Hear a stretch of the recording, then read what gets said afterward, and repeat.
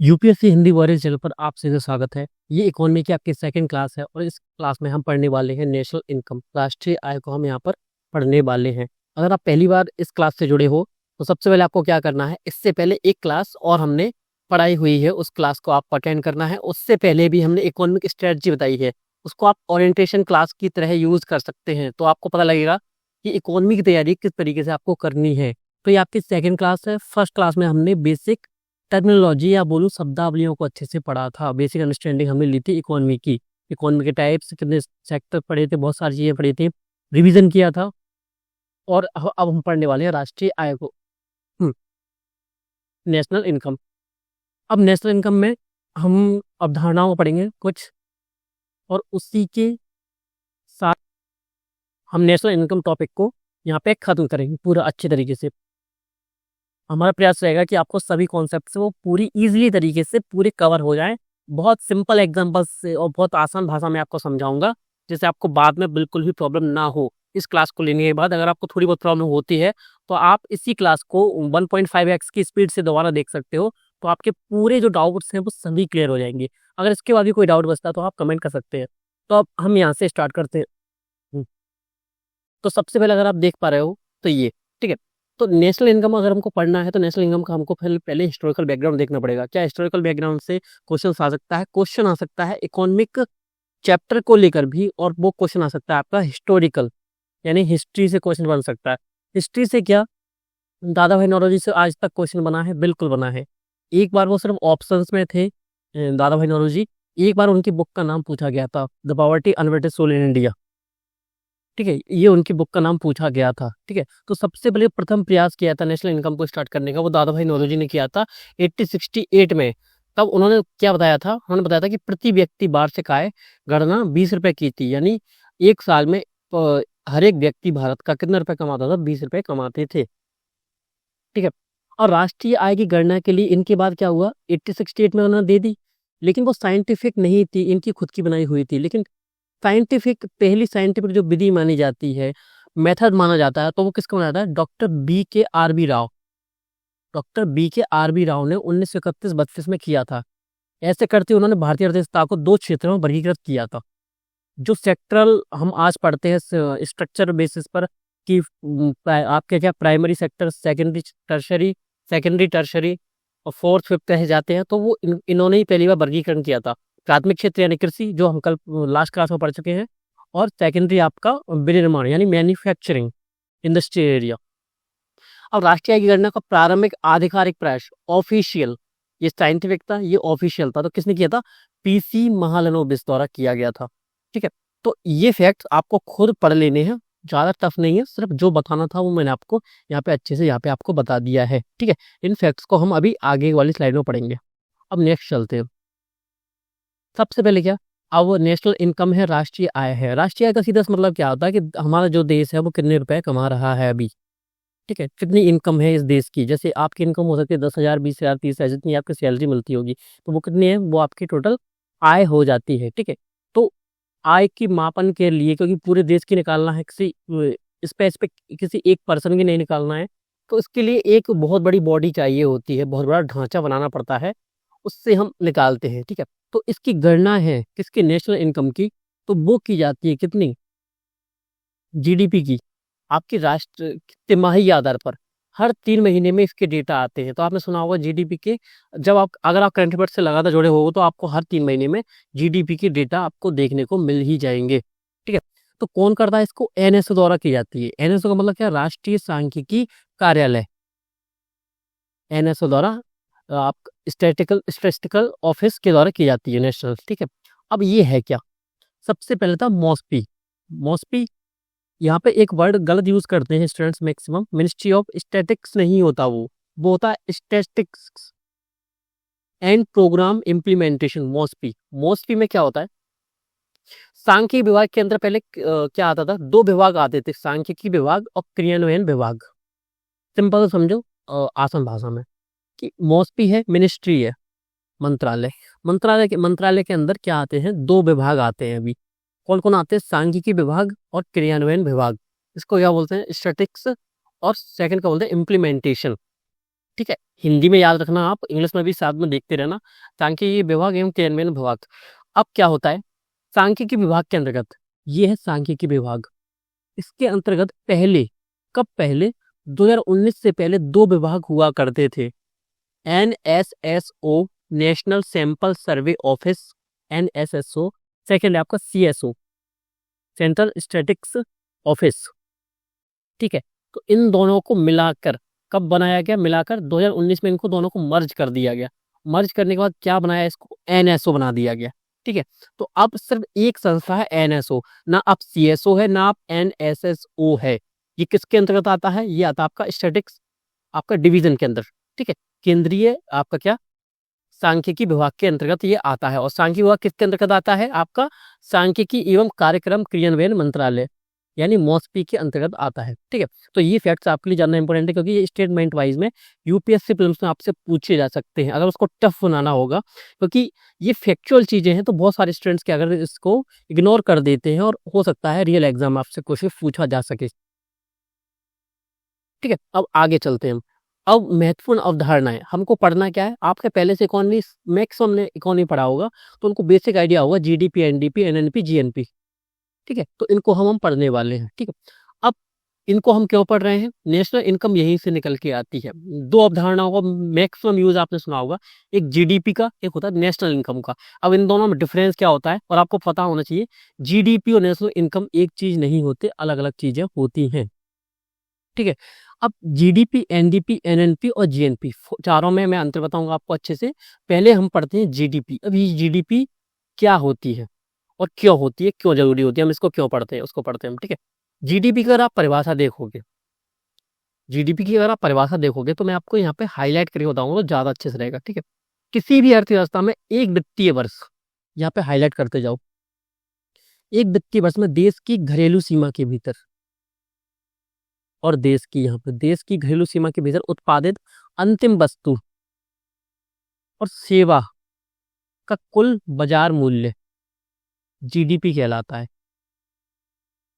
यहाँ इन वर्ड्स का यूज किया गया है किसी भी अर्थव्यवस्था में। किसी भी अर्थव्यवस्था का सीधा मतलब होता है GDP का। और मैं आपको अगर एग्जांपल के थ्रू मैं आपको अच्छे से समझाऊं इसमें तो समझिएगा। ठीक है, जैसे कि जस्ट सेकंड, हाँ, जैसे कि ये हमारा मान लीजिए ये भारत है, ऐसे करते हैं। अभी मैं मैप ज्यादा अच्छा नहीं बनाऊंगा। ठीक है, ये हमारा भारत है, इसके अंदर एक वित्तीय वर्ष में देश की घरेलू सीमा। अब यहाँ पे वर्ड को समझना अच्छे से, हमने अर्थव्यवस्था का जो नाम लिया है वो लिया है हमने भारत का एग्जाम्पल के थ्रू, कि हम भारत की अर्थव्यवस्था को यहाँ पे मापेंगे, मापने की विधि हम यहाँ पे लाएंगे। एक वित्तीय वर्ष का वर्ड का यूज इसलिए किया गया है क्योंकि आपने हमेशा जो वर्ष का नाम सुना होगा वो कब से स्टार्ट होता है, वो होता है 1 जनवरी से लेके 31 दिसंबर तक।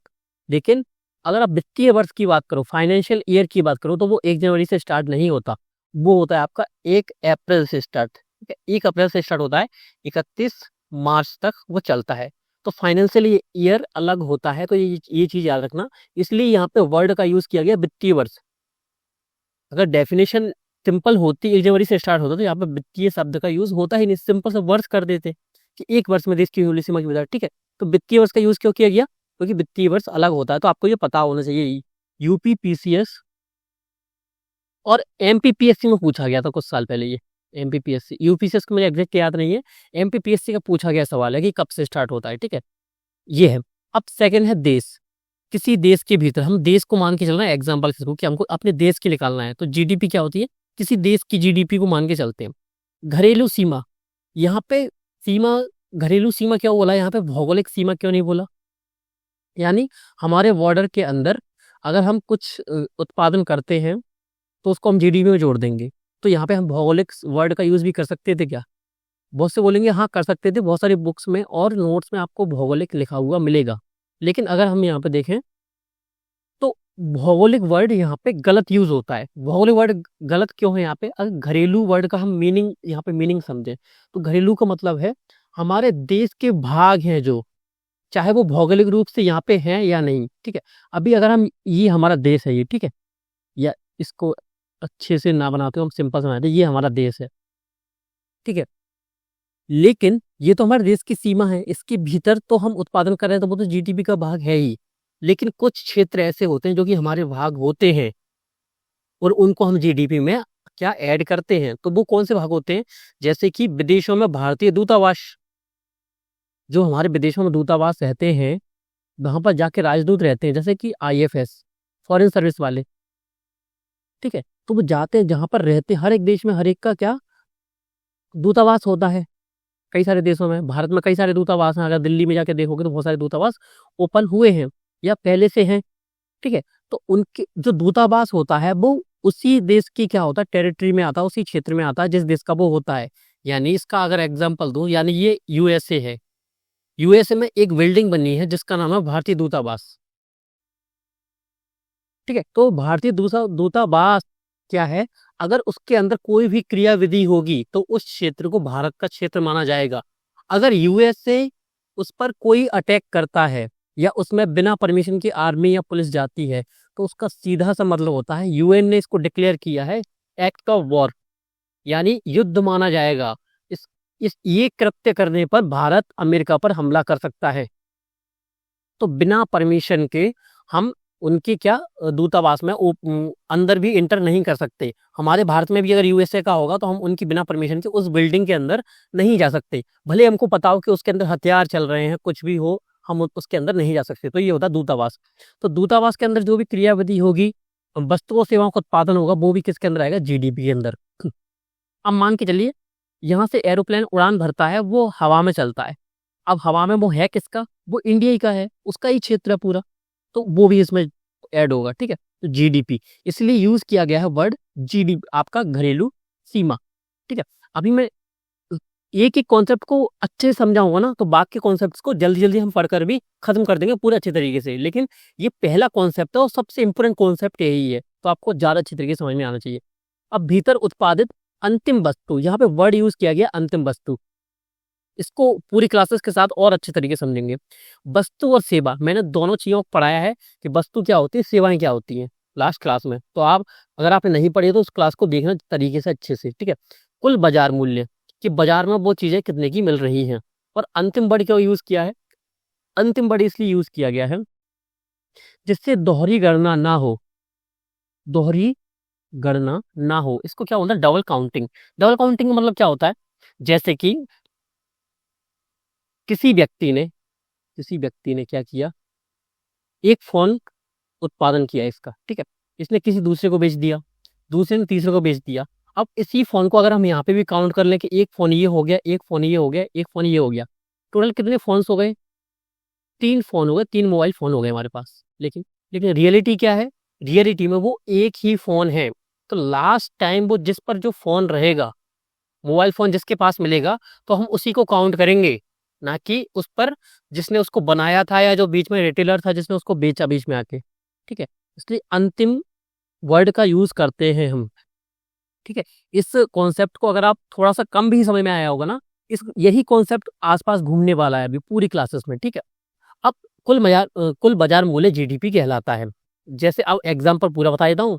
मान लीजिए भारत में एक फैक्ट्री है, पूरा भारत, उसमें जितनी फैक्ट्री है सब मिला के 100 रुपये कमाती हैं, 100 रुपये कमाती हैं।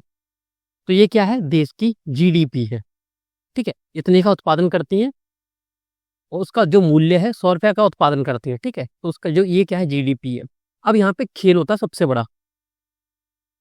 रमेश सिंह की बुक, संजीव वर्मा और भी कई सारी बुक्स इकोनॉमिक्स की, वहां पर बहुत बड़ी दिक्कत कर दी वो जीएनपी के साथ।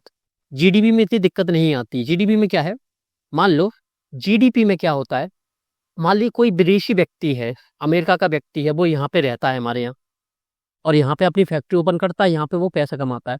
तो क्या वो जीडीपी में हम उसको ऐड करेंगे, उसके इनकम को? बिल्कुल करेंगे। सीधा सा कॉन्सेप्ट है, हमारे क्षेत्र में अगर उत्पादन होगा उसको जीडीपी में हम ऐड करेंगे, हमारे जीडीपी का वो हिस्सा होगा।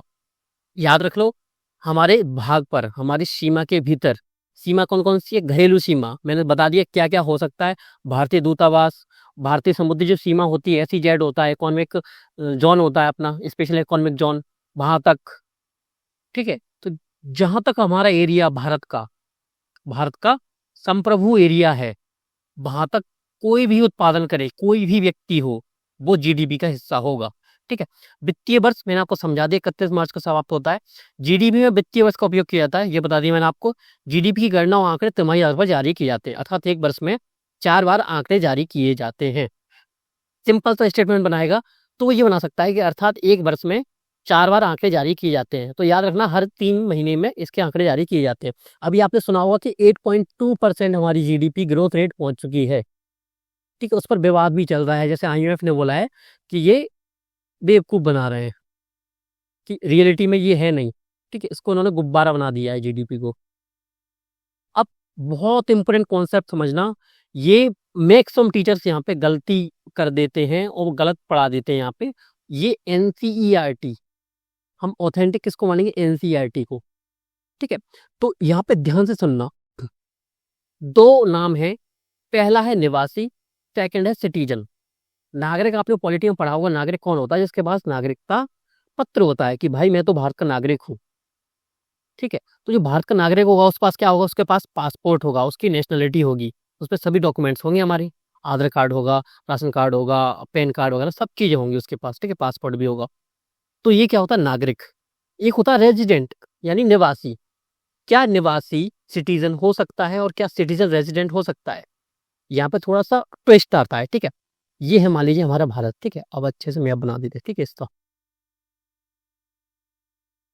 इसको अच्छे से मैप के थ्रू हम समझते हैं।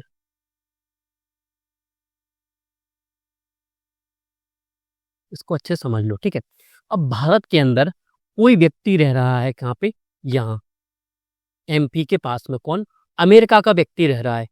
ठीक है, अमेरिका का। और कितने दिनों से रह रहा है वो? 1 साल से ज्यादा, यानी कम से कम 1 साल से ज्यादा से वो रह रहा है। ठीक है, तो वो यहाँ का सिटीजन तो है नहीं। एग्जाम्पल के थ्रू डोनाल्ड ट्रंप यहाँ पे आ जाएं और 1 साल रह जाएं मिनिमम, तो वो यहाँ के निवासी बन जाते हैं। यानी सिटीजन वो यूएसए के हैं, रेजिडेंट यानी निवासी वो भारत के हैं। ठीक है, तो ये अंतर है कि जिस देश में आप 1 साल, हो सकता है अलग अलग देश में अलग अलग रूल्स चलते हो, लेकिन इंडिया में चलता है 1 साल वाला, कि 1 साल मिनिमम अगर आप 1 साल रहते हैं इंडिया में तो आप यहाँ के रेजिडेंट माने जाते हैं, निवासी, ना कि नागरिक। नागरिक अलग होते हैं जो आपने पॉलिटी में पढ़ा वो। अब वो होता क्या है, अब मान लीजिए ये आपका यूएसए पूरा देश है पूरा। ठीक है, ये पूरा देश आपका यूएसए, ऐसे करते हो। ठीक है, ये यूएसए। अब यूएसए में यहाँ का कोई व्यक्ति वहां पर 1 साल से ज्यादा रह रहा है, तो नागरिक तो भारत का है, नागरिक तो भारत का है, लेकिन रेजिडेंट वो अमेरिका का है, वो अमेरिका का निवासी हो चुका है। ठीक है, तो ये अमेरिका का निवासी हो चुका है, और डोनाल्ड ट्रंप जो यहाँ आए थे 1 साल रह गए और रह रहे हैं मान लो, तो वो यहाँ के निवासी हो गए। नागरिक अलग अलग देशों के हैं। ठीक है, तो हो सकता है भारत का नागरिक यहीं रह रहा हो तो वो यहाँ का निवासी भी हो जाएगा, नागरिक भी हो जाएगा। भारत का नागरिक बाहर जाता है तो वहाँ का निवासी हो जाएगा, लेकिन नागरिक वो भारत का ही रहेगा।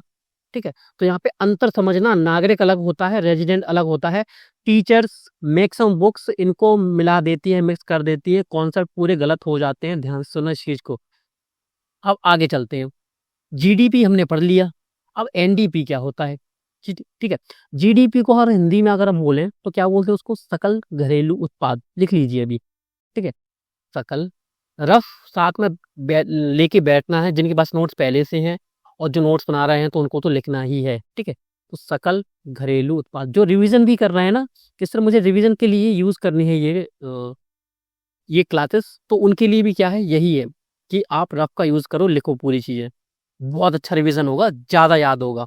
अगर आप सीधे सिर्फ वीडियोस देख रहे हो, क्लासेस देख रहे हो मोबाइल के थ्रू बस, या टैबलेट के थ्रू या लैपटॉप के थ्रू, 30 से 40% आपका हेल्प होगा। ठीक है, और अगर आप अच्छे से लिखते हो साथ साथ में, तो यही परसेंटेज आपका 70 to 80% पहुंचता है, और इसके बाद आपने खुद से रिवाइज कर लिया एक बार तो 90% पहुंच जाएगा ये। ठीक है, तो अच्छे से रिवाइज करो। अब एनडीपी क्या होता है? अब हम किस चीज का उत्पादन करते हैं? मान लीजिए मेरी कोई फैक्ट्री है, छोटी सी फैक्ट्री ब्रेड बनाने की। ठीक है, अब 1 साल में कुछ ना कुछ तो वहां पे डेप्रिसिएशन होता होगा ना। डेप्रिसिएशन यानी घिसावट, कुछ ना कुछ ह्रास। ह्रास कैसे? मशीन में कोई दिक्कत आ गई, मशीन का कोई पुर्जा टूट गया, कोई चीज घिस गई, कोई मशीन खराब हो गई। ठीक है, तो इसको बोलते हैं डेप्रिसिएशन। उसमें ऑयलिंग की तो ऑयल भी पैसे से आएगा, तो उसमें जितनी भी पूंजी की क्या घिसावट हुई उसको हम माइनस कर देंगे, किसमें से? जीडीपी मान लीजिए, जीडीपी एक देश, किसी भी देश की 100 रुपए थी, गिसावट कितनी हो गई, 20 रुपए की हो गई। अब मैंने लास्ट ईयर भी ऐसे ही पढ़ाया था, पूरा फिजिकल पॉलिसी, आपकी फिजिकल पॉलिसी होती है, राजकोषीय नीति, उसमें भी मैंने ऐसा समझाया था कि प्रभावी राजस्व घाटा होगा तो 10 रुपए ये हो जाएगा, 20 रुपए ये, और एज इट इज क्वेश्चन वही आया। बस उन्होंने जो यूनिट्स थी वो बढ़ी रख दी थी बस, और कोई अंतर नहीं था। ठीक है, तो मैं अब एग्जाम्पल्स इसीलिए बताता हूँ, जिससे क्या, एग्जाम्पल मैंने सिर्फ समझाने के लिए बताए थे, लेकिन पॉसिबल क्या हो गया, वो आ गए क्वेश्चन में। ठीक है, 100 रुपए जीडीपी में था, ह्रास कितना का हो गया था, 20 रुपए का हो गया, तो 80 रुपए आपके क्या हो जाएगी, एनडीपी, नेट डोमेस्टिक प्रोडक्ट, यानी निवल निवल घरेलू उत्पाद। यहाँ पे क्या लिखोगे, निवल निवल घरेलू उत्पाद। ठीक है, फर्स्ट खत्म कर दी हमने, सेकंड खत्म कर दी, कुछ नहीं है। जीडीपी हमको पता है, किसी देश के किसी वित्तीय वर्ष में, ठीक है, एक वित्तीय वर्ष कर दो या किसी वित्तीय वर्ष कर दो, कि एक वित्तीय वर्ष, यहाँ पे वर्ष अगला लिखा है, यहाँ पे वित्तीय लिख देना, देश की भौगोलिक सीमा के भीतर, यहाँ पे भौगोलिक शब्द से अच्छा है घरेलू शब्द। ठीक है, घरेलू सीमा के भीतर उत्पादित वस्तुओं और सेवाओं का अंतिम मौद्रिक मूल्य, यहाँ पे अंतिम, या यहाँ पे भी लिख सकते हो अंतिम मौद्रिक मूल्य, या अंतिम वस्तुओं और सेवाओं का मौद्रिक मूल्य भी लिख सकते हो। यहाँ पे अंतिम वर्ड का यूज आप कहीं पे भी कर सकते हो, ध्यान रखना इस चीज का। ठीक है, अब मैं अगर यहाँ पे बोलूं तो ये मत सोचना कि गलत बोल दिया। ठीक है, तो सेवाओं का कुल अंतिम मौद्रिक मूल्य क्या होगा, जीडीपी होगा, चाहे उत्पादन निवासी ने किया हो या गैर निवासी ने किया हो। ठीक है, चाहे वो देश में किसी ने किया हो, ठीक है, वो यहाँ का निवासी हो या ना हो। कैसे, कि मान लीजिए कि कोई अमेरिका में रह के यहाँ पे फैक्ट्री चला रहा है, उत्पादन उसका यहाँ पे हो रहा है, लेकिन पैसा तो वहां जाता है ना वापस, अमेरिका का, कोई कंपनी का जो अर्निंग होती है वो उसकी होती है, लेकिन प्रोडक्शन अगर हमारे देश के भीतर हो रहा है, हमारे घरेलू सीमा के भीतर हो रहा है, उसको किस में ज्वाइन ज्वाइन करेंगे, हम ऐड करेंगे उसको जीडीपी में। ठीक है, जीडीपी हम अच्छे समझ चुके हैं। आपकी एनडीपी क्या आती है, एनडीपी में हम उसको ह्रास या डेप्रिसिएशन बोले उसको, क्षतिपूर्ति, तो उसको हम माइनस करके या निकाल लेते हैं एनडीपी। और सेकंड सबसे अच्छा कॉन्सेप्ट आता है जीडीपी के बराबर ही जीएनपी। जीएनपी का मतलब होता है रेजिडेंट, किसी देश के रेजिडेंट द्वारा उत्पादित सभी वस्तुएं और सेवाएं। पहले हमने जीडीपी में क्या पढ़ा था अभी अच्छे से, कि देश की भौगोलिक सीमा के भीतर, लेकिन यहाँ पे है कि हमारे देश के क्या, रेजिडेंट, निवासी, निवासी क्या करते हैं, पैसा कमाते हैं या उत्पादन करते हैं सेवाओं या उनका मौद्रिक मूल्य क्या कहलाता है, जीएनपी। तो यहाँ पे था भौगोलिक सीमा के भीतर, यानी भाग के अंदर कोई भी कमाए, किसी देश का नागरिक हो, किसी देश का निवासी हो, कोई भी हो। जैसे मैंने अभी एग्जांपल दिया, भारत का व्यक्ति यहाँ बैठ के, वो इस देश का निवासी नहीं है, फिर भी पैसे कमा रहा है, तो वो जीडीपी में उसको हम ऐड कर देंगे। लेकिन ऐसा जीएनपी में नहीं होता है। जीएनपी में क्यों नहीं होता है, जीएनपी में क्या होता है, हम बोलेंगे भारत के जो निवासी हैं, भारत के निवासी। अब यहीं पे गलती कर देते हैं मैक्सिमम जो बुक्स वाले हैं, वो समझाने के लिए आसान कर देते हैं, लेकिन वो कॉन्सेप्ट फिर गलत हो जाता है। अदर बुक्स वाले क्या बोलते हैं, वो बोलते हैं नागरिक, कि भारत के नागरिक अगर बाहर रह के भी कमा रहे होंगे तो वो आपके जीएनपी में जुड़ेगा, जो कि सही नहीं है। सही वर्ड है निवासी, और निवासी और नागरिक में अंतर होता है, मैं आपको समझा चुका हूँ। बस यहाँ पे रुक जाइए थोड़ा सा, अब फ्रेश माइंड से दोबारा रीस्टार्ट करते हैं। ठीक है, जीडीपी एनडीपी खत्म कर दिया। जीएनपी क्या था, इसमें तो हमने भौगोलिक देश की सीमा बांध दी थी कि इसकी भीतर जो होगा वो हमारा है। अब हमने बोला है कि भारत के निवासी भले ही कहीं कमाएं, कि एक निवासी ऐसा है कि ये रहता तो देश के अंदर ही है, 2-3 महीने के लिए बाहर जाता है दुबई काम करने के लिए, और 2 लाख रुपए कमा लेता है, ये पूरा कमाई करके ले आता है। तो इसकी 2 लाख रुपए की जो कमाई है वो दुबई में जुड़ेगी, कमाया तो इसने दुबई में ही है ना, दुबई में जाके, या हमारे यहाँ जुड़ेगी, वो हमारी जीएनपी में जुड़ेगी। इसकी फुल फॉर्म क्या होती है, या हिंदी में इसको क्या बोलते हैं, ग्रॉस नेशनल प्रोडक्ट, तो हिंदी में क्या बोलते हैं इसको, सकल राष्ट्रीय उत्पाद। क्या बोलते हैं, सकल राष्ट्रीय उत्पाद। राष्ट्रीय से मतलब ही समझ जाओ कि हमारे व्यक्तियों द्वारा, यानी हमारे रेजिडेंट द्वारा। लेकिन यहाँ पे एक चीज की गलती मत कर देना। अब एक चीज की गलती क्या हो, मान लीजिए मैंने आपको एग्जाम्पल दी था, डोनाल्ड ट्रम्प हमारे यहाँ 1 साल से रह रहे हैं, 1 साल से ज़्यादा हो गया उनको, वो यहाँ पे प्रोडक्शन कर रहे हैं, प्रोडक्शन कर रहे हैं। तो क्या इनकी जो इनकम है वो हमारे जीएनपी में जुड़ेगी, बिल्कुल जुड़ेगी, क्योंकि वो हमारे यहाँ के निवासी बन चुके हैं। ठीक है, और ऐसे ही कोई भारतीय व्यक्ति है, वो अमेरिका में काम कर रहा है कब से, 2 साल से, यानी 1 साल से ज़्यादा हो गया। वो अगर इनकम कमाता है तो वो हमारे जीएनपी का हिस्सा होगा? नहीं होगा। लेकिन कई सारे टीचर इसका कॉन्सेप्ट गलत बता देते हैं, इसको ध्यान रखना और एक बार खुद सर्च कर लेना रियलिटी है क्या। एनसीईआरटी में निवासी लिखा है और निवासी और नागरिक में अंतर होता है, ठीक है। और जीएनपी और एनएनपी में डिफरेंस क्या है? इन दोनों में डिफरेंस क्या था? सिर्फ इन्होंने सीमा का, इसने बोला था कि सीमा के भीतर कुछ भी कमाओ, खाओ, कुछ भी करो, वस्तुएं या सेवाएं, तो वो जीडीपी का हिस्सा। इसने बोला कि राष्ट्रीय नाम ले लिया मैंने। राष्ट्रीय नाम मतलब हमारे देश के निवासियों द्वारा। हमारे देश के निवासी कौन होंगे? जो हमारे देश के अंदर रह रहे होंगे 1 साल, मिनिमम 1 साल से ज़्यादा, कम से कम 1 साल, ठीक है। तो अगर हमारा कोई व्यक्ति है वो 1 साल से ज़्यादा से बाहर रह रहा है, तो उसकी जो इनकम है वो हमारी जीएनपी में नहीं जुड़ेगी। अब इसके पीछे कॉन्सेप्ट क्या होता है? कॉन्सेप्ट ये होता है कि अगर वो बेसिकली 1 साल से ज़्यादा रह रहा है, तो वो भले ही वहाँ पे कमा लेगा, वो खर्च भी वहीं करेगा, इसलिए उसको वहाँ नहीं जोड़ते हैं। क्योंकि हमारे देश को तो कोई इफ़ेक्ट ही नहीं पड़ रहा ना उसका, अंतर ही नहीं पड़ रहा उसका, कोई प्रभाव ही नहीं है। इसलिए बोलते हैं निवासी। तो याद रखो यहाँ पे निवासी वर्ड का यूज़, ठीक है? इस कॉन्सेप्ट को याद रखना अच्छे से। एनएनपी क्या है? एनएनपी, एनएनपी यहीं से निकल के आती है आपकी नेशनल इनकम, यानी जीएनपी में से आप क्या घटाते हो? वही गिसावट, कितना आपका डेप्रिसिएशन हो गया है, कितना ह्रास हो गया है, ठीक है, कितना आपको घाटा हो गया उसमें, कि आपकी कौन सी मशीन खराब हो गई, किसकी ऑयलिंग करनी है, ठीक है, आपका कितना रॉ मटेरियल खराब हो गया है, तो वो होती है आपकी एनएनपी। इसका हम लास्ट में रिवीजन अलग से करेंगे, ठीक है। अब नेक्स्ट चलते हैं। अब हमने 4 चीज़ तो पढ़ ली। अब जीडीपी को हम समझ लिए कि भाई किसी देश की सीमा के भीतर उत्पादित सभी वस्तुओं और सेवाओं का अंतिम मौद्रिक मूल्य, और किसी वित्तीय वर्ष में, किसी वर्ष में, किसी वित्तीय वर्ष में एक देश के भीतर उत्पादित सभी वस्तुएं और सेवाओं का अंतिम मौद्रिक मूल्य, या आप ऐसे हो सकते हैं अंतिम वस्तुओं और सेवाओं का बाजार मूल्य, क्या कहलाता है? जीडीपी कहलाता है। ये तो डेफिनेशन हो गई। इसको निकालेंगे कैसे, पता कैसे लगाएंगे, कैसे गणना करेंगे इसकी, कैसे पता लगाएंगे? तो उसके लिए 3 विधियां होती हैं, 3 मेथड्स होते हैं। वर्तमान में तीनों मेथड्स यूज नहीं किए जाते, ठीक है। जीवीए का यूज होता है, ठीक है, व्यय विधि का यूज होता है। इसका यूज नेशनल इनकम में होता है, ना कि जीडीपी में होता है, ठीक है। तो जीडीपी गणना के लिए हमको क्या मिलती है? पहली हमको मिलती है उत्पाद या मूल्य वर्धित विधि। अब ये क्या होती है, इसको देखते हैं। 3 विधियां होती हैं जीडीपी की गणना करने को, ठीक है। अब इसको आगे चलो।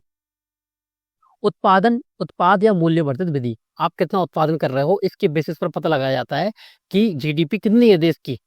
तो उत्पादन प्रक्रिया के प्रत्येक चरण में जोड़े गए मूल्य पर ध्यान केंद्रित करता है, कितना वैल्यू एडिशन हो रहा है। मैं एग्जांपल के थ्रू बताऊंगा, ये आपके लिए मैंने खुद ने बनाया है, ये अच्छे से पूरा प्रॉम्प्ट वगैरह देके अच्छे से पूरा पीपीटी मैंने बनाया है, ठीक है। किसी फर्म के उत्पादन के मूल्य और मध्यवर्ती वस्तुओं के मूल्य के बीच का अंतर, जिसे फर्म अन्य व्यवसायों से खरीदती है। अभी समझ में नहीं आएगा, एग्जाम्पल बता रहा हूँ। इसने क्या किया, इसने कपास की क्या खेती की, इसने कॉस्ट वगैरह सब घटा दी। अब किसी भी कारक, कौन से 4 कारक होते हैं उत्पादन में? कौन से कारक होते हैं? लास्ट क्लास में पढ़ाया मैंने आपको। कौन से होते हैं? पहला भूमि, दूसरा पूंजी, तीसरा आपका श्रम, चौथा बताओ, आप बताओ सभी कमेंट में। भूमि हो गया, पूंजी हो गया, श्रम हो गया, चौथा उद्यमी, ठीक है। तो ये 4 फैक्टर होते हैं। तो 4 फैक्टर्स के बाद इसने क्या किया, ये किया, इसने 150 रुपये इसका वैल्यू फिक्स किया। मैं 150 रुपये में इसको बेच दूंगा, किसको? फैक्ट्रीज को, अपनी कॉटन को। 1 किलो मान के चलो, 2 किलो मान के चलो, ठीक है। तो इसने वैल्यू एडिशन कितने का किया? 150 रुपये का, ठीक है। इसने कॉस्ट वगैरह सब हटा दिया, अपना खत्म कर दिया। 150 रुपये इसने बोल दिया कि मैं तो दूंगा, 150 रुपये देगा इसका, ठीक है। कंपनी वालों ने क्या किया, इसने कंपनी के पास गया, इसने बोल दिया कि ये पकड़ो अपना। टेक्सटाइल मिल थी, क्या बनाती थी? कपड़े बनाती थी। तो उसने 150 रुपये के जो कॉटन था उससे 350 रुपये का क्या बना दिया? कपड़ा बना दिया, एक शर्ट बना दी, कुछ भी या बना दो, ठीक है। तो कॉटन की कॉस्ट कितनी थी यहाँ पे? 200 रुपये, ठीक है। यहाँ पे वैल्यू एडेड कितना हुआ? 350 का इसने बनाया, ठीक है। 350 में से इसने क्या, कॉटन कॉस्ट इसकी कितनी निकल के आ गई? 150 रुपये की, ठीक है। 300, सिंपल सा, कंफ्यूज मत होना बिल्कुल भी, ठीक है। जैसे यहाँ पे ये गलत हो गया, यहाँ पे ये सही कर लेना बस। ₹350 की इसने बना दी। अब ये क्या करेगा, ये ₹350 की बेच देगा किसको, रिटेल शॉप वाले को। 350 की बेच दी। अब ये व्यक्ति क्या करेगा, ये व्यक्ति 350 की क्या था, वो अपनी जो शर्ट को उसने ग्राहक को बेच दिया, कंज्यूमर को बेच दिया कितने में, ₹600 में। ठीक है, तो अब हम सबको गिनकर देखेंगे तो इसने कमा ली ₹150। ठीक है, इसने कमा ली ₹350। अब इसने कमा ली कितने, ₹600। ठीक है, हो सकता है ये थोड़ा सा गलत हो जाए क्योंकि एआई से बना है ना पूरा, इसलिए। अब 150 3.5, अब ₹150 कितने हो गए यहाँ पे, ₹500, ये 1100 टोटल। लेकिन क्या यहाँ पे 1100 का प्रोडक्शन हुआ है, नहीं हुआ है। क्यों नहीं हुआ है, हमने सभी को काउंट कर लिया, इसी वजह से हमने उसकी कॉस्ट को काटी ही नहीं। हमने 350 जोड़ लिया इसको कि 350 में इसने यहाँ पे बेच दिया, लेकिन हमने उसकी 150 वाली कॉस्ट नहीं हटाई जो इसने खरीदा था इससे। इसीलिए अब कॉन्सेप्ट निकल के आता है, अंतिम वस्तु क्यों यूज कर रहे थे, तो अंतिम वस्तु यहाँ पे यूज करेंगे हम ₹600। तो फाइनल वैल्यू कितनी आती है, 600। हम इसको यहाँ से नहीं देखते हैं, अगर फिर भी हमको इसको देखना होगा तो हम क्या करेंगे, इसको 150 से इसने कितना बढ़ा के दिया, इसको 150 से ₹200 यहाँ पे, इसको यहाँ पे एड ऑन हो गए 200 यहाँ पे, और यहाँ पे कितने एड ऑन किए, 350 से 600 के बीच में उसने एड ऑन किए यहाँ पे 250, 550 और ₹50 यहाँ।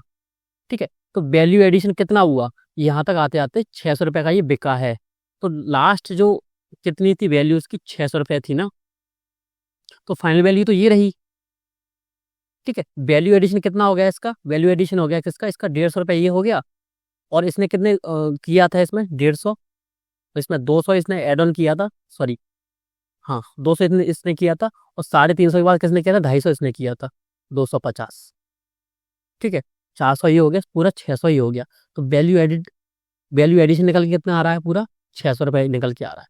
ठीक है, सिंपल सी लैंग्वेज समझ जाओ दोबारा से, इसने ₹150 में बेचा पूरा कपड़ा, 350 में इसने बेच दिया इसको, इसने उसको ₹600 में बेच दिया। तो जो मुनाफा है सिर्फ उसको काउंट करेंगे हम, जो इन्होंने पैसा बढ़ाया है कॉस्ट को कट करके, सिर्फ उसको जोड़ना है बस। तो उत्पाद या मूल्य वर्धित विधि, इसको जीवीए भी बोलते हैं, ग्रॉस वैल्यू एडेड। ये विधि है, एक मेथड है, ये नया मेथड है। ठीक है, इसको आपको ऐसे जोड़ना है, या हम लास्ट देखेंगे कि फाइनल वैल्यू कितनी है, 600 है, या हम देखेंगे बीच का वैल्यू एडेड। ठीक है, ये आप देख लोगे। ठीक है, अब जीडीपी कैसे निकालते हैं, यहाँ पे जीडीपी मार्केट प्राइस, मैंने आपको लास्ट क्लास में पढ़ाया था कि मार्केट प्राइस क्या होती है और आपकी फैक्टर कॉस्ट क्या होती है। मैंने आपको बेसिक प्राइस ही पढ़ाई थी कि बेसिक प्राइस क्या होती है। बेसिक प्राइस में क्या होता है, फैक्टर कॉस्ट में कारक लागत में, कारक लागत क्या थी, वो चारों चीजों पे खर्च होने के बाद इस पर भूमि श्रम पूंजी और उद्यमी में जितना खर्च हुआ उसको फैक्टर कॉस्ट, उसमें अगर कोई सब्सिडी देती है सरकार तो उसको बेसिक प्राइस, फिर उसमें से टैक्स कटा के उसको प्रोड्यूसर प्राइस, और उसके बाद उसमें से सब्सिडी हट जाएगी और आपका डायरेक्ट टैक्स उसमें एड ऑन हो जाएंगे, तो उसके बाद क्या निकल के आता है, मार्केट प्राइस, जो आपको मार्केट में चीज मिलती है। तो जीडीपी को किस पे निकालते हैं, मार्केट प्राइस पर निकालते हैं। ठीक है, इसको पहले निकालते थे 2015 से पहले, किस पर निकालते थे, पहले फैक्टर कॉस्ट और मार्केट प्राइस दोनों पे, लेकिन अब किस पे निकालते हैं, सिर्फ मार्केट प्राइस पर इसको निकालते हैं। ठीक है, तो जीवीए जो हमने यहाँ पे निकाला तो इसी को बोलते हैं जीबी। जीबी कितने निकल के कितना आ गया यहाँ पे, वैल्यू एडिशन कितना किया इसने, टोटल ₹600। ठीक है, तो 600 वैल्यू एडिशन आ गया, तो 600 ये। अब इसमें क्या करते हैं हम, इसमें प्रोडक्ट टैक्स तो जोड़ दिया, वैसे जीडीपी इसका भाग जीडीपी बराबर जीबीए हो जाता, लेकिन इस पर अगर मार्केट प्राइस लिखा है ना, तो मैंने आपको समझाया मार्केट प्राइस और फैक्टर कॉस्ट में क्या अंतर है। सिंपल सी चीजें हैं, मतलब भूलने की कोई चीज ही नहीं है, सिंपल चीज है, सूत्र वगैरह सब भूल जाओ। 4 फैक्टर थे, उन पे जितना खर्चा आता है उसको बोलते हैं कारक लागत। क्या बोलते हैं, कारक लागत। ठीक है, अगर हमको कारक लागत को बाजार मूल्य बनाना है कि बाजार में जो मूल्य वस्तु बनती है, ठीक है, जैसे मैंने कोई खिलौना बनाया, खिलौने पर मैंने पूरा चीज बना ली, चारों चीजों की मैंने कॉस्ट काट दी, वो ₹100 का बन चुका है, मेरी कॉस्ट आ चुकी है। अब मुझे फायदा चाहिए, साथ में अगर इसका कोई सब्सिडी होगी तो उसको माइनस कर दूंगा, गवर्नमेंट से सब्सिडी मैं ले लूंगा, उस पर माइनस कर दूंगा, और प्लस कोई टैक्स लग रहा होगा, टैक्स को इसमें एड ऑन कर दूंगा, तो टोटल मैं इसको बेच रहा हूँ ₹120 में। तो फैक्टर कॉस्ट ₹100, मार्केट प्राइस 120, तो जीडीपी बराबर जीबी तो बराबर ही था, लेकिन यहाँ पे मार्केट प्राइस एड ऑन हो गई ना, इसीलिए उसने प्रोडक्ट टैक्स प्लस कर दिया, सब्सिडी माइनस कर दी, और बेसिक प्राइस मैंने आपको समझा ही दिया था, यानी सब्सिडी इसमें से घटा दी है पहली। ठीक है, तो ये आपका जीवीए निकल के आ जाता है। तो इसमें जो वैल्यू एडिशन हो रहा था, तो इसी को बोलते हैं जीवीए, उत्पाद या मूल्य वर्धित। नाम ही क्या, मूल्य वर्धन। मूल्य वर्धन यानी पैसा बढ़ाते जा रहे हैं फायदे के लिए।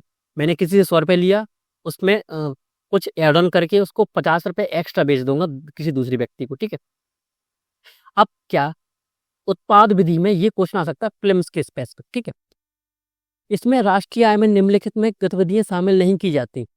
जो नेशनल इनकम है उसमें उत्पाद विधि से अगर हम नेशनल इनकम निकाल रहे हैं, यही विधि से हम जीडीपी निकालते हैं और यही विधि से हम नेशनल इनकम निकाल सकते हैं। ठीक है, तो इसमें हम क्या क्या ऐड नहीं करते हैं, वो है तस्करी और जुआ जैसी अवैध गतिविधियां, इसको नहीं जोड़ेंगे। गैर आर्थिक मदें, जिनका हम इकोनॉमिक रूप से नहीं निकाल सकते, कि जैसे हवा और पानी। ठीक है, पुरानी वस्तुओं की खरीद बिक्री। अब ऐसा क्यों, मान लीजिए किसी ने कार खरीदी है 10 लाख रुपए की, उसने किसी दूसरे को बेच दी 6 लाख रुपए की, तो क्या इसका टोटल कॉस्ट 16 लाख हो गया? नहीं हुआ, उसका पहले ही पेमेंट हो चुका था। ठीक है, और उसने, इस व्यक्ति ने किससे ले लिया? इससे ले लिया। ठीक है, तो दोनों को कॉस्ट को अगर जोड़ेंगे तो दोहरी गणना हो जाएगी, इसीलिए क्या बोलते हैं अंतिम। अंतिम को समझेंगे तो 6 लाख होगी इसकी बस। ठीक है, तो मध्यवर्ती इस वस्तुएं नहीं जोड़ेंगे। हस्तांतरण भुगतान जैसे उपहार दान वगैरह। हस्तांतरण में कौन आता है? जैसे आपको सब्सिडी मिल गई किसी चीज पर, गवर्नमेंट ने पैसे डाल दिए आपको, तो ये कमाई थोड़ी है, इससे उत्पादन थोड़ी हो रहा है। प्रधानमंत्री स्वामित्व योजना से आ रहा है आपका, प्रधानमंत्री किसान संपदा योजना से आ रहा है आपका, लाडली बहना योजना से अगर आपके पैसे आ रहे हैं, तो उत्पादन थोड़ी बढ़ रहा है। नाम क्या है? डोमेस्ट आपका क्या, ग्रॉस आपका डोमेस्टिक प्रोडक्ट। ठीक है, प्रोडक्ट तो कोई नहीं बन रहा, ये फ्री मिल रहा है, तो इसको नहीं जोड़ेंगे। और पूंजीगत लाभ, कैपिटल गेन टैक्स। जैसे कि आपने मान ली 10 लाख का आपने मकान खरीदा, 20 लाख में आपने बेच दिया, तो इसको इसलिए नहीं जोड़ते क्योंकि आपने पहले ही इसको खरीद लिया था, इससे कोई उत्पादन नहीं हुआ। जमीन तो वही है, ठीक है, इससे आपको फायदा हुआ है, लेकिन जमीन तो वही है, क्या इससे कोई नया उत्पाद बना? क्या नया उत्पादन हुआ किसी चीज का? नहीं हुआ, इसीलिए इनको नहीं जोड़ते हैं। बाकी इसको रट लीजिएगा अच्छे से, पूरे अच्छे इसको ठीक है। ठीक है, अब जीबी और जीडीपी में अंतर क्या होता है? हमने अभी देखा, जीडीपी मार्केट प्राइस पे होता है, जीबीए बेसिक प्राइस पर होता है। ठीक है, और जीबीए में जीएसटी शामिल नहीं करते हम, जबकि जीडीपी में जीएसटी शामिल होता है। जीबीए की गणना आधार मूल्य पर होती है, जबकि जीडीपी की गणना बाजार मूल्य पर होती है। आधार मूल्य यानी बेसिक प्राइस, जो मैंने आपको समझाया हुआ था। जीबीए की आपूर्ति पक्ष को प्रदर्शित करता है कि आपूर्ति कौन कर रहा है, 100 रुपए की चीज किसने 150 में बेची। जबकि जीडीपी मांग पक्ष को, कि कौन डिमांड कर रहा है, लास्ट वाला। जीडीपी की तुलना में जीबीए अधिक शुद्ध माना जाता है। जीबीए शुद्ध इसलिए है, शुद्ध पता है क्यों? क्योंकि वो हर एक चीज को बताता है कि इसने 20 रुपए का एड ऑन किया, उसके पास पूरा डेटा है उसके पास, इसने 30 रुपए एड ऑन किए, इसने 40 रुपए किए, इसने 50 रुपए किए, इस तरह से ये निकल के आता है। और जीडीपी ओवरऑल दिखता है, स्पेसिफिक नहीं दिखता। ठीक है, तो क्या है, दोहरी जीडीपी में दोहरी गणना की संभावना होती है। ठीक है, हमने सभी से पूछा कि तुमने कितना उत्पादन किया, उसने बोला मैंने, जैसे मैं आपको अभी एग्जांपल समझा रहा था, इसने बोला मैंने 150 रुपए का उत्पादन किया। तुम इनसे पूछा कि तुमने कितने का उत्पादन किया, मैंने 200 रुपए का उत्पादन किया।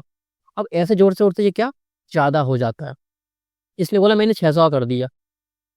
ठीक है, अब टोटल कितना हो गया है? 600 200 800, 800 आ गया 950। ठीक है, ज्यादा हो गया, लेकिन रियलिटी में है नहीं है। ठीक है, इसलिए दोहरी गणना हो जाती है जीडीपी में, जीबीए में नहीं होती है। ठीक है, जीबीए मूल्य वर्धन पर निकाला जाता है, जैसे मैंने आपको अभी समझाया। ठीक है, अब इसको आगे लेके चलो। अब फर्स्ट हमने मेथड पढ़ लिया, सेकंड मेथड को पढ़ो, व्यय विधि, एक्सपेंडिचर मेथड। वो था उत्पादन कितना कर रहे हैं हम, अब इसमें देखते हैं हम एक्सपेंडिचर कितना कर रहे हैं, खर्च कितना कर रहे हैं। ठीक है, व्यय से संबंध आर्थिक गतिविधियों पर ध्यान केंद्रित करती है। ठीक है, अब व्यय कैसे कर रहे हैं उसको एग्जांपल के थ्रू समझते हैं हम। जीडीपी को जोड़ते हैं हम कि हम खर्च कैसे करते हैं। फर्स्ट हम कंज्यूम करते हैं, उपभोग करते हैं, जैसे कि हम खाद्य, वस्त्र, आवास, स्वास्थ्य सेवा जैसी वस्तुओं तथा सेवाओं पर परिवहन द्वारा किया गया खर्च, इसमें जोड़ते हैं, जिसका नाम क्या है? सी से यानी कंज्यूम। ठीक है, आई से इन्वेस्टमेंट, हम इन्वेस्टमेंट करते तो खर्च तो होता ही ना, वो भले हम उसको फ्यूचर के लिए कर रहे हो। ठीक है, उसका नाम क्या है? निवेश, इन्वेस्टमेंट। तो मशीनरी, उपकरण, संरचनाओं जैसे पूंजीगत वस्तुओं पर व्यवसायों द्वारा किया गया व्यय। तो हम एक्सपेंडिचर जो खर्च कर रहे हैं वो किस पे कर रहे हैं? इन्वेस्टमेंट कर रहे हैं। ठीक है, तीसरा है जी, सरकारी व्यय। सरकार द्वारा वस्तुओं और सेवाओं पर किए जाने वाले व्यय, जैसे कि वो इंफ्रास्ट्रक्चर बना रही है, सड़कें बना रही है, पुल बना रही है, हॉस्पिटल्स बना रही है, स्कूल्स बना रही है, यूनिवर्सिटी बना रही है, तो वो क्या है, सरकारी व्यय, इसको भी जोड़ते हैं इसमें। और शुद्ध निर्यात का मतलब क्या है, मान लो जैसे कि भारत है, ये है हमारा प्यारा भारत, और ये है आपका क्या, यूएसए। हमने इसको 100 रुपए के खिलौने बेचे, इसने हमको 50 रुपए के फल बेचे, तो टोटल हम कितने फायदे में रहे, एक्सपोर्ट में, हम निर्यात में कितने फायदे में रहे, 50 रुपए में। ठीक है, कि हमने 50 रुपए का ज़्यादा बेच दिया। ठीक है, तो हम इसमें फायदे में रहे, तो शुद्ध निर्यात कैसे निकल के आता है, ऐसे निकल के आता है। लेकिन इसका उलट भी हो सकता है कि यूएसए ने हमको 500 रुपए की चीज़ बेच दी, हमने उसको सिर्फ 100 रुपए की चीज़ बेच ही पाई, तो -400 है, तो हमारा शुद्ध निर्यात कितना होगा, -400। तो यहाँ पे क्या करते हैं, यहाँ पे माइनस या प्लस लिख देते हैं, जैसी भी स्थिति हो।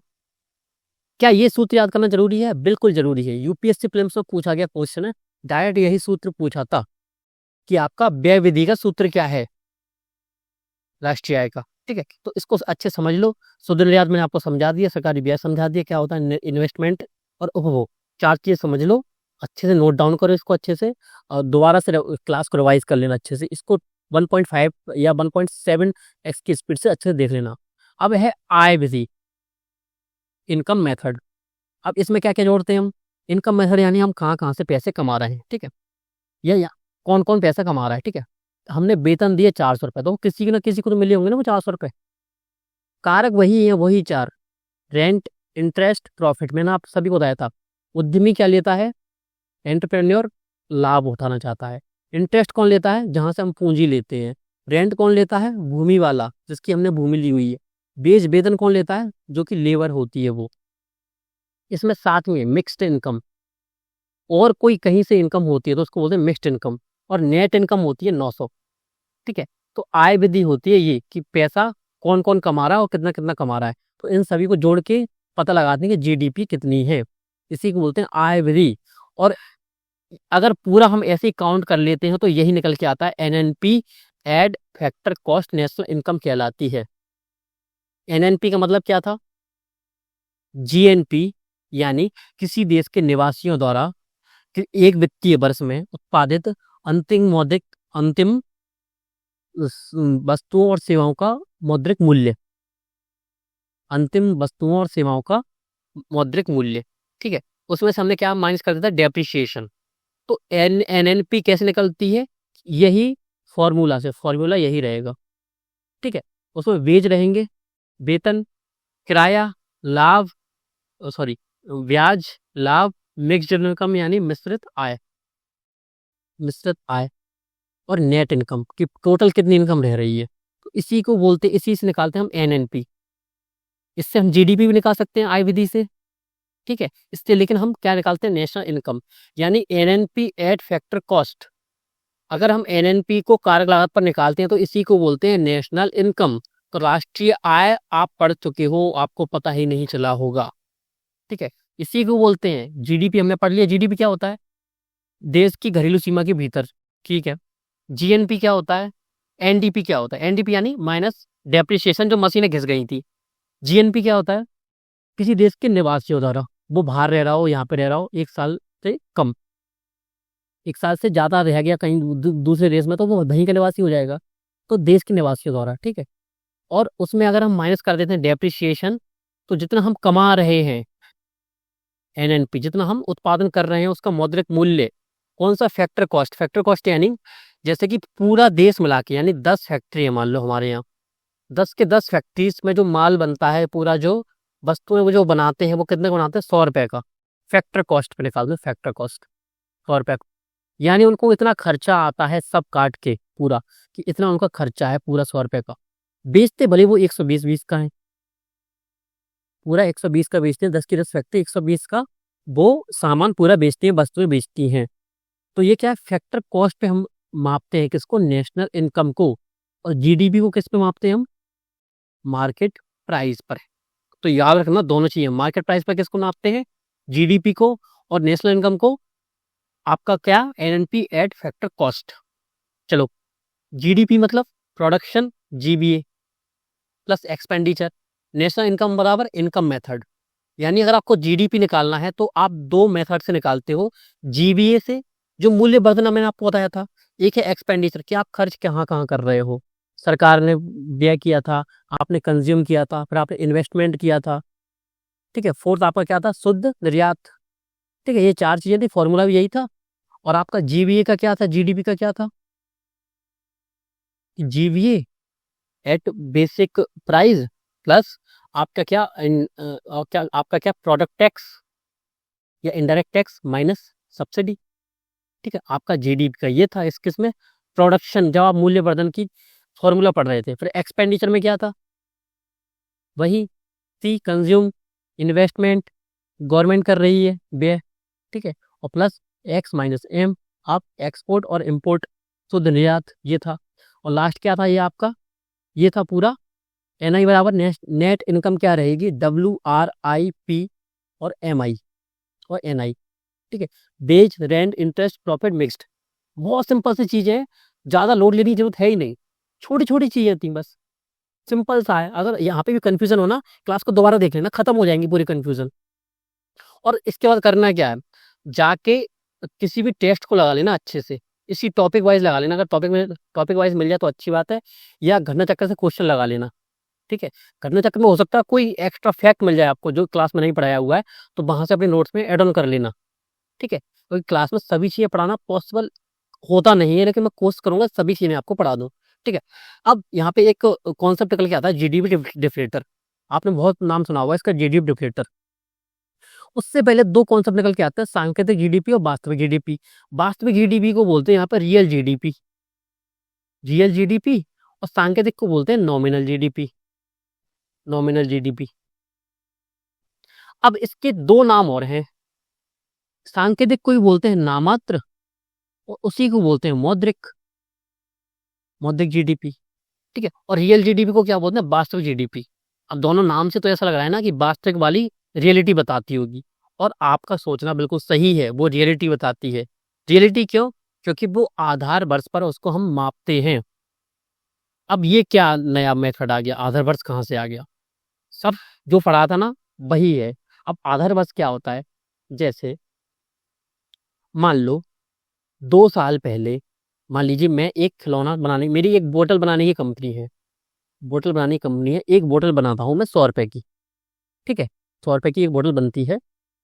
अब इसको दिखाऊं मैं कि 100 रुपए की बोतल बनती है, तो मैंने लास्ट 2023 में क्या किया था? 2023 में मैंने 100 बोतल्स बनाई थी, तो कितने का हो गया मेरा?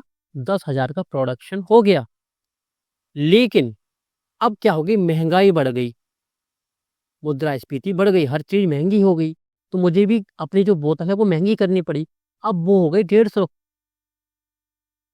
या इसको मान के चलता हूँ मैं 200 मान के चलता हूँ, इतनी महंगाई नहीं होती है वैसे, मैं आपको एग्जाम्पल के लिए बता रहा हूँ। 200 मैंने प्रोडक्शन किया सिर्फ कितने का? कितने का किया? सिर्फ आपका क्या, इसमें जो 100 बोतल थी, सिर्फ मैंने आपका इसमें 50 का किया, ठीक है? तब भी मेरा प्रोडक्शन वो कितने का हो गया? 10,000 का। तो दिखने में तो क्या लग रहा है? प्रोडक्शन तो बराबर है, लेकिन रियलिटी में मैंने प्रोडक्शन कम किया। मुद्रास्फीति के कारण ये डेटा गलत दिख रहा है। तो इस चीज से बचने के लिए हम आधार वर्ष का यूज करते हैं। आधार वर्ष का यूज कैसे करेंगे? अब हम यहाँ पे अगर 100 रुपए कीमत थी बोतल की, तो हम यहाँ पे मान के चलेंगे कि 50 बोतल की कीमत अगर 100 के अकॉर्डिंग चलाएं हम, तो कितना हो रहा है? 5,000 रुपए। यानी आप माइनस में जा रहे हो। इसको बोलते हैं, जो रियलिटी में हमें निकाल के देखिए, आधार वर्ष से जो हम कनेक्ट करके निकालते हैं, तो उसको बोलते हैं वास्तविक जीडीपी। और जो हाल की हाल जो चालू कीमतें हैं, जो चल रही हैं बाजार में, बाजार कीमतें, चालू कीमतें, तो उस पे निकालते हैं, तो उसको बोलते हैं सांकेतिक जीडीपी, नामात्र जीडीपी, या मौद्रिक जीडीपी, ठीक है? अब ये हो गया ये चीज। अब अगर हमको मुद्रास्फीति को अलग करना है तो करेंगे कैसे? तो वो करेंगे हम कैसे कि हम वास्तविक जीडीपी निकाल लेंगे। जीडीपी डिफलेटर बराबर क्या होता है? सांकेतिक जीडीपी को भाग दे देंगे किससे? वास्तविक जीडीपी से, और गुणा कर देंगे 100 का। इससे हम मुद्रास्फीति के प्रभाव को देख लेंगे कि कितना प्रभाव मुद्रास्फीति का इसमें है। हमको प्रोडक्शन पता तो चले कि जैसे ही, दोबारा दूसरा एग्जांपल दूं, कि मैं एक पेन बनाता था या एक चॉकलेट, ठीक है? एक चॉकलेट बनाता था पूरा, जो 1 रुपए की थी। 2023 में बनाई थी मैंने। कितनी चॉकलेट्स मैंने बनाई थी? आपकी 100 चॉकलेट्स, ठीक है। और वही चॉकलेट महंगी हो गई क्योंकि उसका रॉ मटेरियल वो महंगा हो गया, तो वो हो गई ₹2 की चॉकलेट। इस साल बनाई मैंने कितनी 80 चॉकलेट्स, ठीक है, 2025 में। प्रोडक्शन यहाँ पे घटा है, लेकिन उसमें क्या देखेगा आपके डेटा में कि ये ₹100 की बिकेंगी, ₹1 की एक चॉकलेट थी, यहाँ पे ₹2 की थी तो 160 की। तो डेटा दिखा रहा है कि ₹160 कमा ली, यानी प्रोडक्शन बढ़ा है। लेकिन क्या रियलिटी में बढ़ा है? ये ₹60 तो मुद्रास्फीति के कारण है। तो मुद्रास्फीति के प्रभाव को समायोजित कौन करता है? GDP deflator. उसको कैसे निकालते हैं? ये इसका सूत्र याद रख लो। और हो सकता है जिस जिस तरह इस साल क्वेश्चन उसने पूछा ना पूरा, कि फिजिकल पॉलिसी से उसने सूत्रों से एग्जाम्पल दे के बताया कि इतना प्रभावी राजस्व घाटा है 10,000 करोड़, फिर 15 करोड़ ये है, तो कितना ये निकलेगा। तो आपसे पूछ सकता है कि मान लो कितना 1 लाख करोड़ की सांकेतिक जीडीपी है, 5 लाख करोड़ की जीडी वास्तविक जीडीपी है, इसका जीडीपी डिफलेटर कितना निकलेगा। तो आप इसको ऐसे माइनस करके पूरा गुणा करके ऐसे निकाल लेना, ठीक है। सिंपल से मैंने यहाँ पे समझा दिया आपको, खत्म। तो ये हमारे पूरे कॉन्सेप्ट यहाँ पे क्लियर होते हैं। जीडीपी पढ़ लिया हमने, नॉमिनल जीडीपी पढ़ लिया, रियल जीडीपी पढ़ लिया, ये चीज, ठीक है। अब दोबारा से रिवाइज करते हैं पूरा अच्छे से, ठीक है। तो नेशनल इनकम यहाँ पे हमारी खत्म होती है। छोटे मोटे कॉन्सेप्ट बच्चे होंगे तो मैं उनको क्लासेस के साथ करवाता रहूंगा, कोई दिक्कत नहीं है।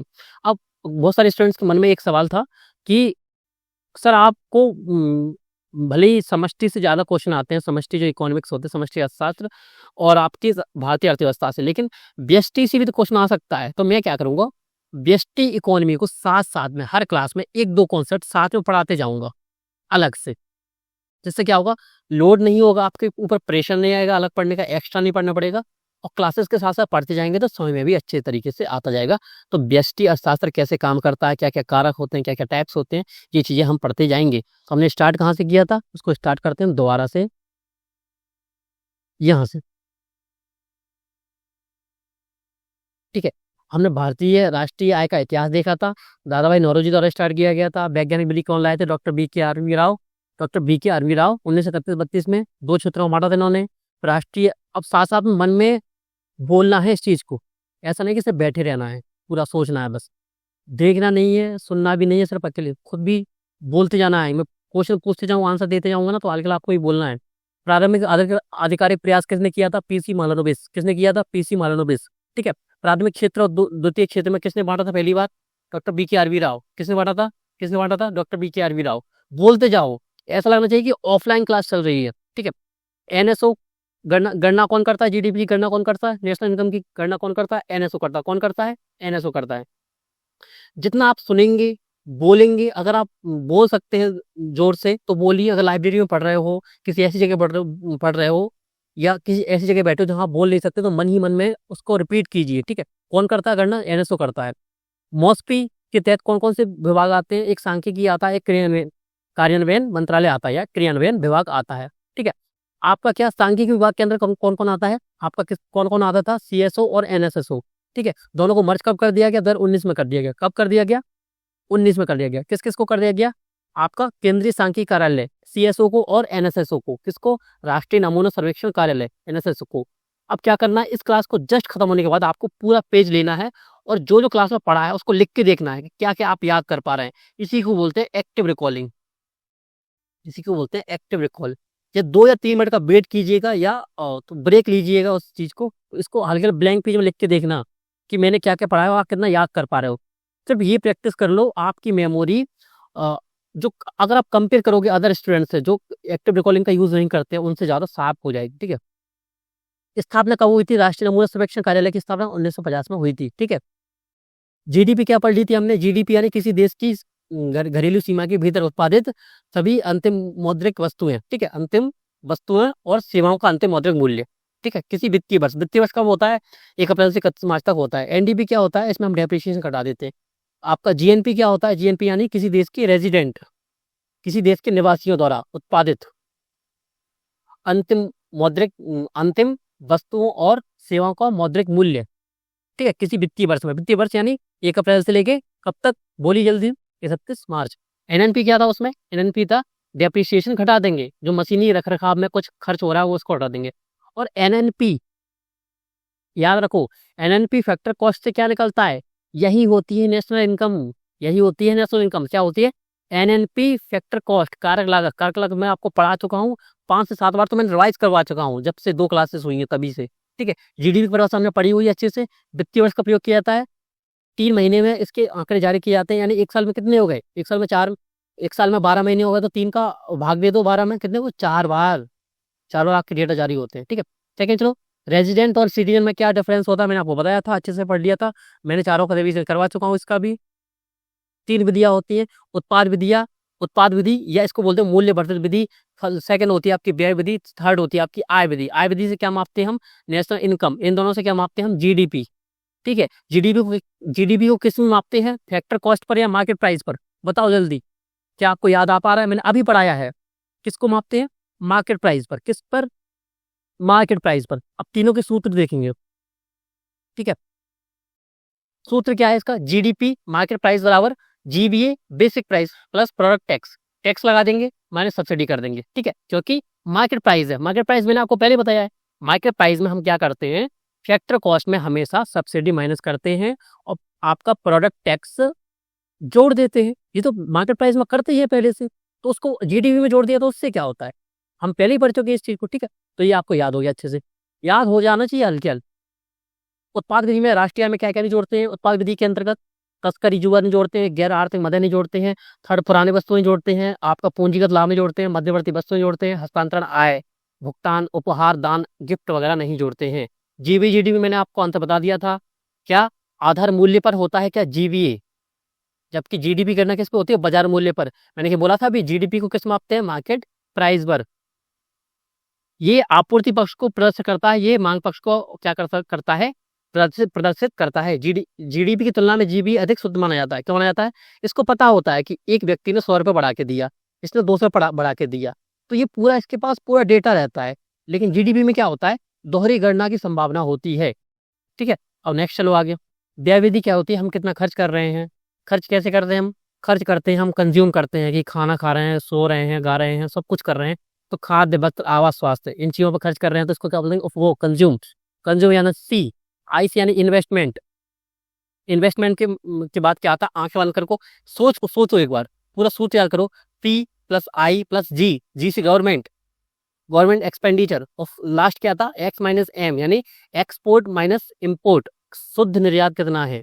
ठीक है, निवेश क्या था? हम कोई चीज बिजनेस को ओपन कर रहे हैं। सरकारी भी क्या होता है?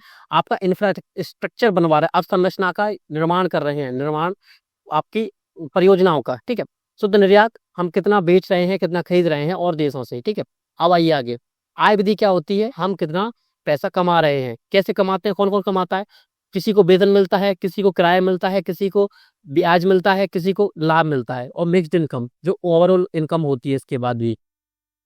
ठीक है, और यही एनएनपी एट फैक्टर कॉस्ट होती है। आय विधि के अंतर्गत जो हम मापते हैं, हमने जो मापा है, इसी को बोलते हैं नेशनल इनकम, इसी को बोलते हैं NNP eight factor cost.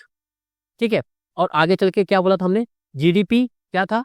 GDP के लिए 2 विधियों का यूज किया जाता है, व्यय विधि और उत्पाद विधि। नेशनल इनकम के लिए किसका यूज किया जाता है? आय विधि का। ठीक है, जीडीपी डिफरेटर क्या था?